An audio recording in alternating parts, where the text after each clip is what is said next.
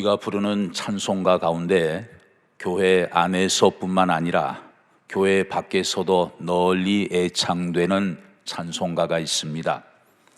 찬송가 481장 때 저물어서 날이 어두니라는 찬송가입니다. 영어 제목은 나와 함께 머무소서, 그렇게 제목이 붙여져 있습니다. 원래 이 곡은 주로 임종 예배 때 또는 장례식 때 자주 부르는 찬송이죠. 그런데 교회 밖에서는 아주 뜻밖의 상황에서 이 찬송이 불려지기도 합니다. 예를 들면 지구상에서 역사적으로 가장 오래된 축구 대회는 FA컵입니다. 그 FA컵 축구 결승전이 영국에서 매년 열리게 되는데 그 경기 시작 전에 이 찬송을 부르고 있습니다.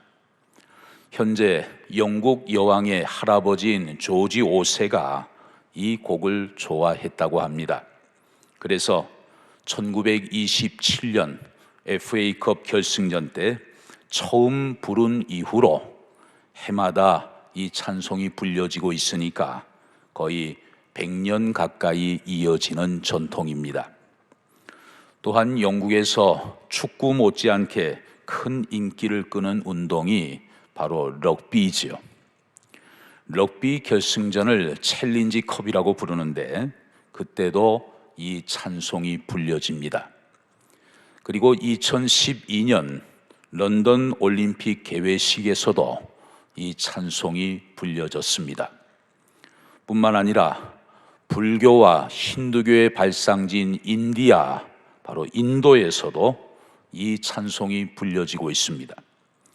매년 1월 26일은 인도의 독립기념일이죠. 공화국의 날이라고 부르기도 합니다. 이 기념일에 온 국민이 같이 부르는 찬송가가 바로 이 곡이에요.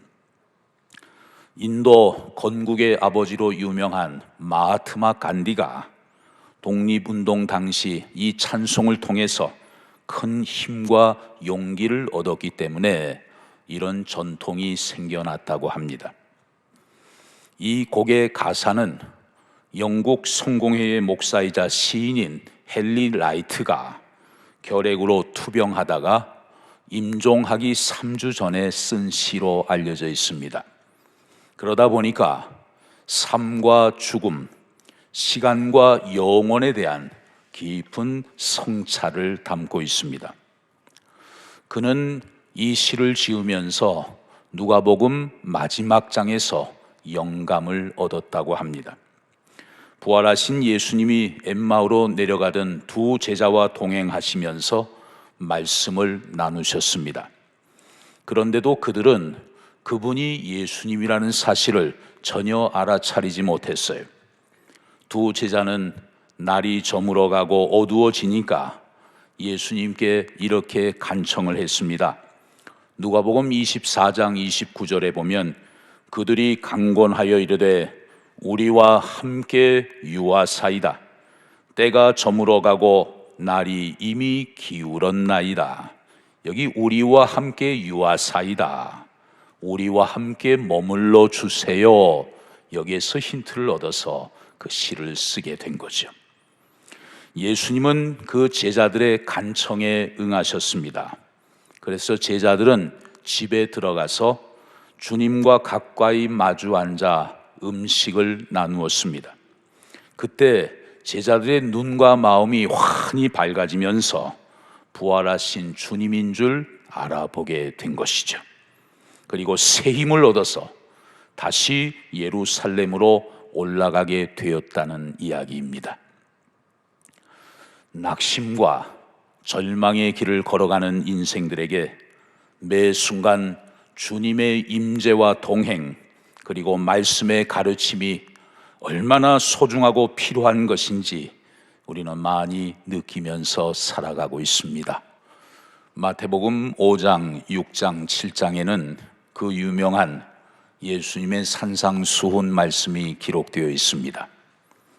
예수님이 말씀하신 가르침과 설교를 주제별로 요약해서 정리해 놓은 것입니다. 산상수훈의 내용을 정리해 보면 세 가지 핵심 요약 구절을 발견할 수 있습니다.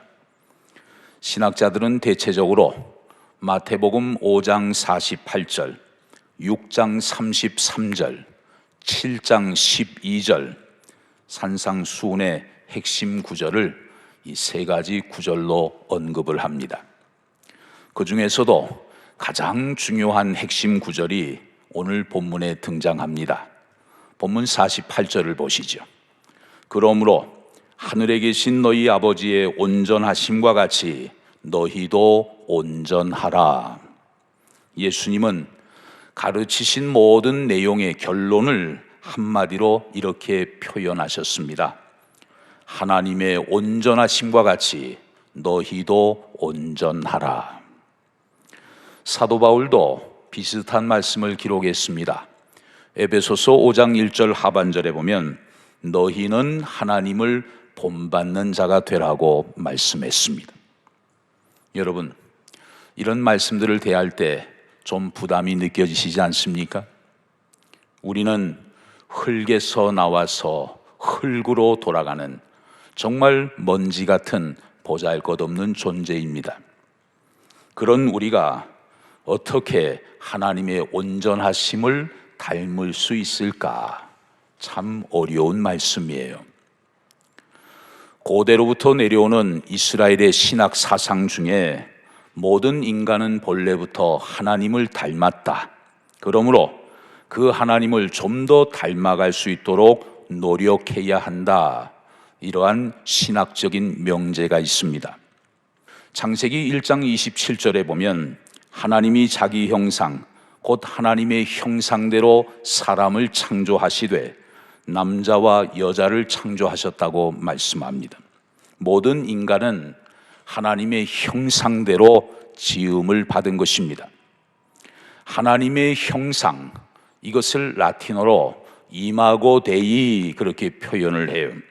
그리고 하나님의 형상대로 지음을 받은 인간이 계속해서 하나님의 형상을 더 닮아가야 한다고 하는 말이 라틴어로 이미타치오 데이 그렇게 표현을 합니다. 그래서 하나님의 형상이라는 이마고 데이와 하나님의 형상을 닮으라는 이미타치오 데이가 마치 동전의 양면처럼 구약과 신약의 중요한 축을 이루고 있습니다. 그렇다면 여러분, 이미타치오 데이, 하나님을 닮으라고 하는 말이 구체적으로 무슨 의미일까요? 우리는 내일 일을 알지 못하는 무지하고 어리석은 인생들입니다. 또 염려한다고 해서 자기 키를 한 자라도 더 늘릴 수 없는 무능하고 연약한 존재들입니다. 이처럼 한계가 있는 우리들이 하나님의 전지전능하신 그 능력과 지혜를 감히 흉내낼 수는 없을 거예요. 또 짧은 인생을 살다가 떠나가는 우리들이 영원하신 하나님의 그 초월적인 시간을 감히 넘볼 수도 없을 거예요.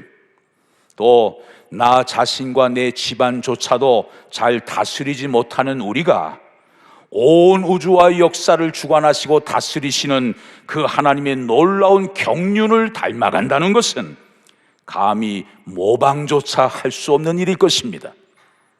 이처럼 이미타치오 데이, 하나님을 닮으라는 말은 하나님의 능력이나 지혜나 경륜을 닮아가라는 말은 아닐 거예요. 그렇다면 이 말씀의 참된 의미는 무엇일까요? 성경 속에 계시되었고 자연 속에 드러나 있는 하나님의 마음을 닮아가라는 것입니다. 하나님의 그 넓고 크신 마음을 배우고 헤아리고 또 그 마음을 담도록 노력하라. 이것이 주님이 우리에게 말씀하시는 명령인 것입니다. 신명기 28장 말씀을 읽어보면 하나님이 이스라엘 백성들에게 율법과 계명을 주시면서 특별히 강조하신 말씀을 발견하게 돼요. 너희가 이 율법과 계명을 잘 지켜 행하면 내가 너와 너의 자손에게 복을 줄 것이다. 그러나 이 계명을 지키지 않으면 너와 네 자손이 저주를 받을 것이다. 우리는 이 말씀을 대하면서 은연중에 이런 마음이 들 때가 있어요. 정말 하나님이 말씀대로 속히 행하셔서 참 착하고 의로운 사람들에게는 늘 복을 주시고 악하고 불의한 자들에게는 언제나 그에 상응하는 벌을 주시면 참 좋겠다, 그런 생각을 하곤 합니다. 그런데 우리가 경험하는 이 세상은 우리 생각과는 좀 다를 때가 너무나 많이 있는 것 같습니다. 이 세상에는 마음이 착하고 정직하고 바르게 살려고 애쓰는 사람들이 너무나 많은 고난을 당하고 힘들게 살아가는 모습을 우리 주변에서 어렵지 않게 찾아볼 수 있어요. 반면에 나쁜 짓을 하고 하나님을 두려워하지 않고 불의를 행하는 사람들이 오히려 죽을 때까지 호의호식하면서 남부럽지 않게 사는 모습을 또 우리가 많이 볼 수 있어요. 그럴 때마다 우리는 하나님이 정말 공의로운 분이신가? 그런 회의를 품기도 하고, 하나님이 안 계신 것은 아닌가? 그런 의심을 가질 때도 있습니다. 그런데 오늘 본문 말씀에 보면 참 의미 깊은 말씀이 기록되어 있습니다. 본문 45절 하반절에 보면 하나님이 그 해를 악인과 선인에게 비추시며 비를 의로운 자와 불의한 자에게 내려주심이라. 참 시적인 표현이에요. 매일 떠오르는 해를 보면서 또 때마다 비가 내리는 것을 보면서 그 크고 넓으신 하나님의 사랑을 우리가 발견한다는 것, 참으로 놀라운 종교적인 통찰력이 아닐 수 없어요. 하나님이 불의한 자에게는 당장 벌을 주시고 선한 사람들에게는 늘 복을 주시면 좋겠는데, 우리의 생각과 기대와는 좀 차원이 다른 말씀을 하고 계십니다. 오히려 불의한 자나 의로운 자나 구별하지 않으시고 골고루 은혜와 사랑과 자비를 베풀어 주신다는 말씀이에요. 일반적으로 유대인들이 사용하는 언어를 분석해 보면 오늘 본문 45절에 나오는 선인과 악인, 의로운 자와 불의한 자는 우리가 보통 생각하는 것처럼 도덕적인 기준에서 사람을 구분하는 표현이 아닙니다. 성경에서 말씀하는 선인과 의로운 자는 하나님을 경외하고 잘 섬기며 하나님의 뜻대로 바르게 행하려고 하는 사람을 가리키는 표현이에요. 반면에 악인과 불의한 자는 하나님을 믿지 않고 하나님을 두려워하지 않고 악을 행하는 사람을 뜻하는 표현입니다. 이렇게 본다면 이 말씀은 우리에게 새로운 통찰력을 던져주고 있어요.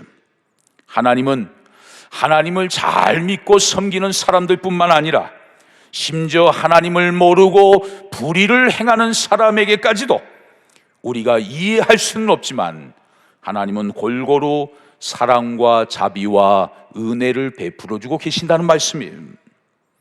이 대목에서 우리 마음이 좀 불편합니다. 여러분, 하나님은 왜 그러실까요?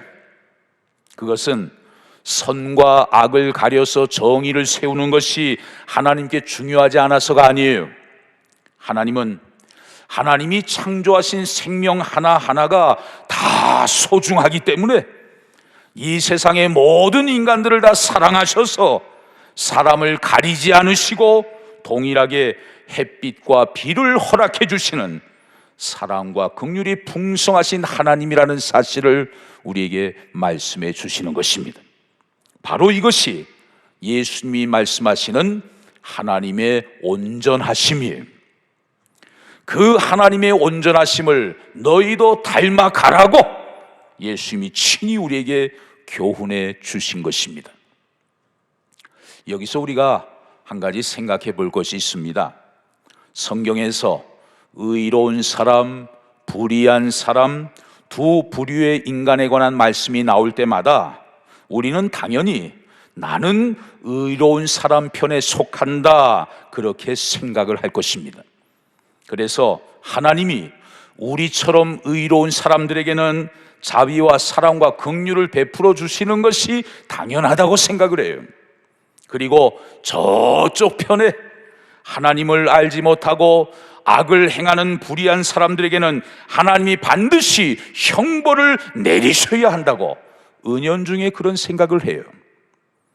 그런데 여러분, 사실 이것은 단지 우리의 생각이고 우리의 착각일 수 있어요.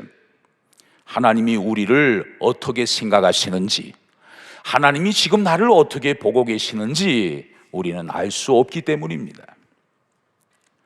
평소에 우리 모습은 어떻습니까? 겉으로는 참 고상한 그리스도인처럼 보입니다.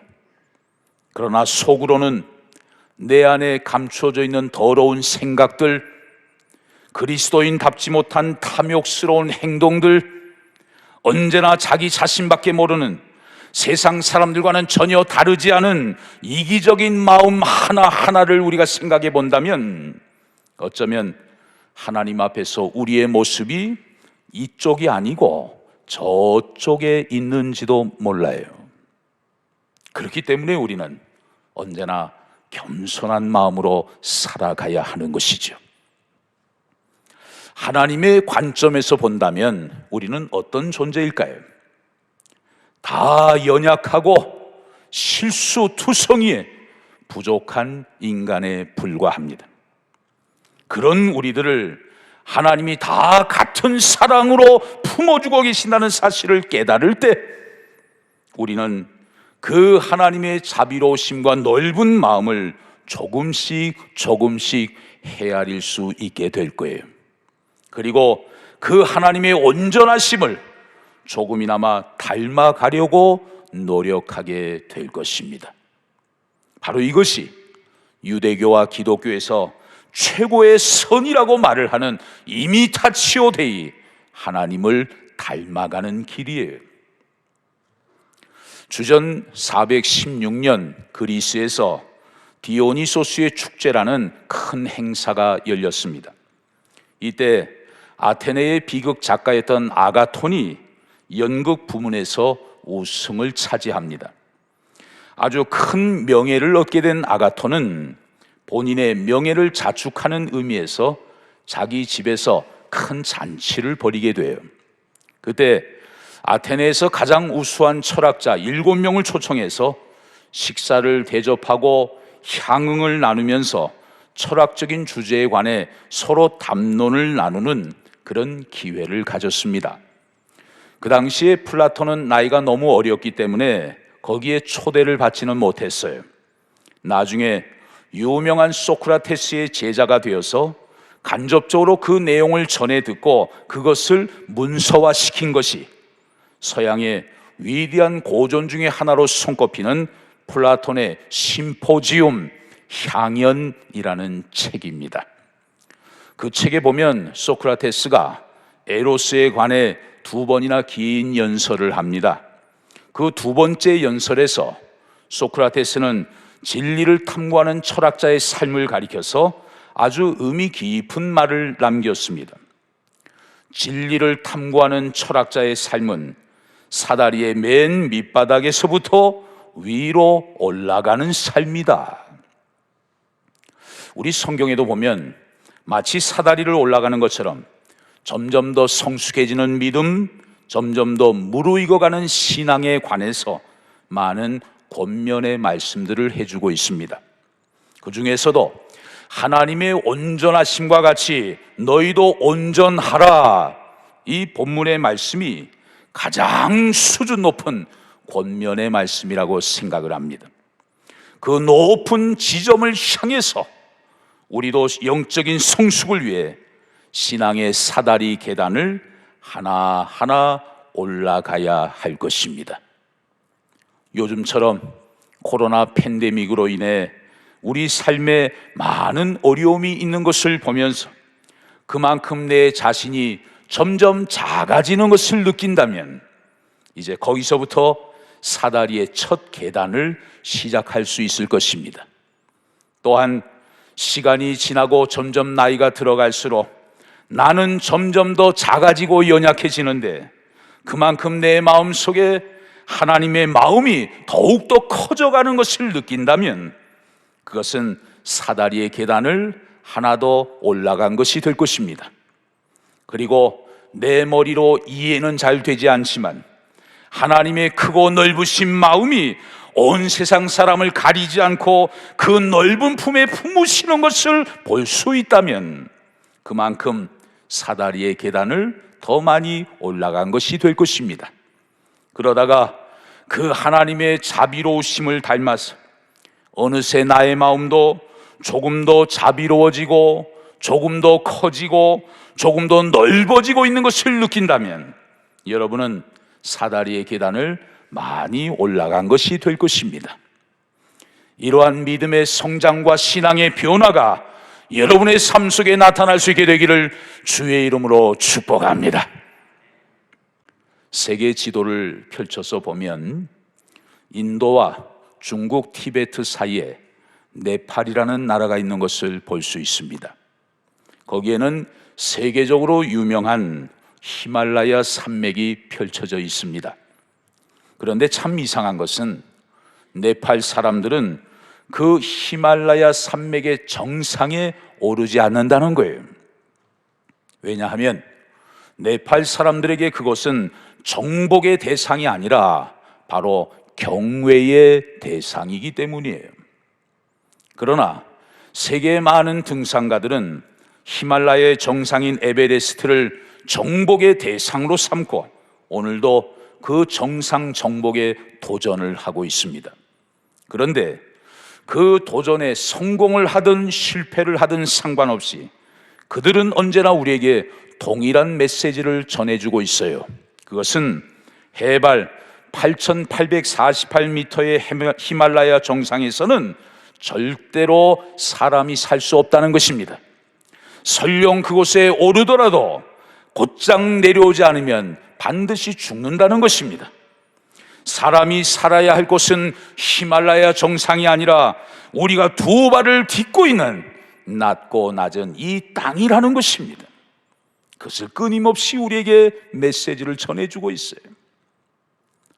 사랑하는 성도 여러분, 사순절 네 번째 주일을 맞이하면서 주님이 오늘 우리에게 주시는 귀한 말씀에 귀를 기울여 보십시오. 하나님의 온전하심과 같이 너희도 온전하라. 우리 모두 그동안 착각하며 앉아 있었던 하나님의 자리에서 일어나서 겸손히 인간의 자리로 내려가십시다. 또한 낮고 낮은 피조물의 자리에 서서 우리를 지으신 창조주 하나님을 경외하면서 하나님과 바른 관계를 맺으며 살아가십시다. 그리고 하나님의 이름을 빙자하여 자기 영광을 추구하는 것이 아니라 우리의 진실된 삶으로 하나님만 높이면서 살아가십시다. 오늘부터 하나님의 온전하심을 본받아서 가까이 있는 이웃을 향해 그리고 멀리 있는 타인들을 향해 여러분의 마음이 좀 더 너그러워지고 좀 더 자비로워지면 좋겠습니다. 그래서 이미 타치오 데이 하나님의 넓고 크신 마음을 날마다 조금씩 닮아감으로 인격과 신앙이 좀 더 온전해지는 성숙의 변화가 이 사순절 복된 기간에 여러분의 삶 속에 나타날 수 있게 되기를 주의 이름으로 축원합니다.